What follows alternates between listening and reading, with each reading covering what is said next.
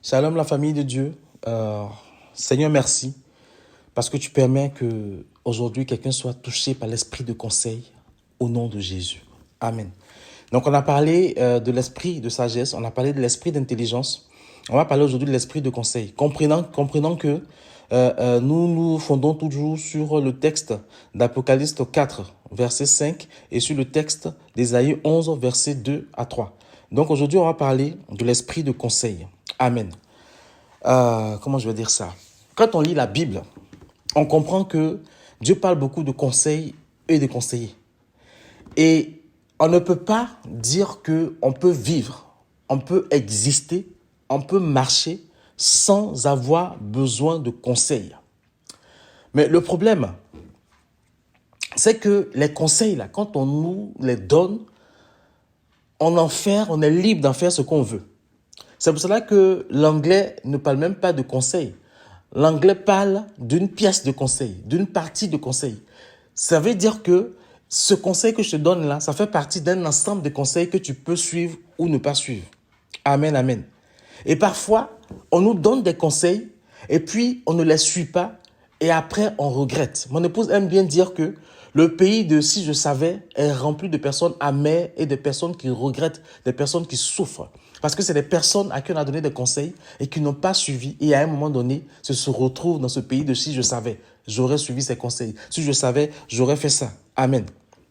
Et il est important de savoir que il n'y a pas meilleur conseiller que le Saint-Esprit. Il n'y a pas meilleur conseiller que Jésus lui-même au travers de son Saint-Esprit. C'est pour cela que, une fois que tu es dans un projet et que tu as demandé conseil à tout le monde autour de toi, il faut revenir au pied de celui-là qui est le conseiller par excellence, au pied de celui-là qui s'appelle le conseil de Dieu, qui s'appelle la bouche de Dieu, au pied de celui-là qui s'appelle le Saint-Esprit pour qu'il puisse te donner le conseil qu'il faut. On dit qu'il est l'esprit de conseil parce que c'est lui qui va te donner le conseil utile dans ta situation, le conseil utile dans ton dilemme, le conseil utile dans le genre de phénomène dans lequel tu es. C'est la bouche de Dieu qui va te parler et puis tu vas recevoir ce conseil-là qu'il faut pour t'en sortir. C'est pour cela que l'Esprit de Dieu se manifeste encore en tant que l'Esprit de conseil parce que son mot qu'il va te donner là, si tu l'appliques, tu sortiras de cette situation. Mais malheureusement, beaucoup d'entre nous chrétiens, quand le Saint-Esprit nous parle, on ne veut pas l'écouter. Je connais l'histoire d'un pasteur il était fâché contre Dieu. Il était fâché contre Dieu. Il a décidé ce jour-là, il n'était pas marié, d'aller voir une prostituée. Dès l'instant où il a décidé de partir, le Saint-Esprit lui a dit ne va pas. C'est un témoignage que j'ai entendu, j'étais encore à Abidjan. N'y va pas. Il s'est entêté, il est parti. Et le Saint-Esprit, ce qui est bien chez lui, c'est qu'il te prévient plusieurs fois.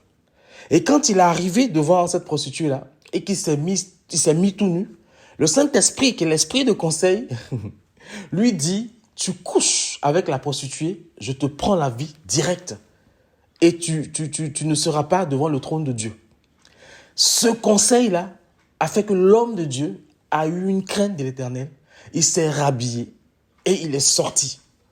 Donc, parfois, parce qu'on est frustré par quelque chose qu'on croit que Dieu nous doit, on va se mettre en rébellion et vouloir faire les choses pour blesser Dieu, alors qu'en réalité, ce qu'on va faire là, c'est à nous-mêmes que ça va nuire.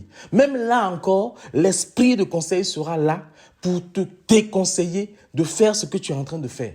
L'esprit de conseil vient nous aider à entendre la bonne parole que nous allons appliquer dans une situation pour continuer de rester agréable à Dieu, pour continuer de toujours présenter Jésus et pour continuer de glorifier Dieu et pour ne pas qu'on ait des problèmes.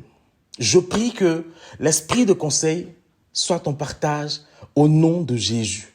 Soit ton partage au nom de Jésus. Et c'est cet esprit de conseil-là qui est en train de dire à quelqu'un ce matin que tu es en train de prendre une décision qui va aller à l'encontre de ton couple.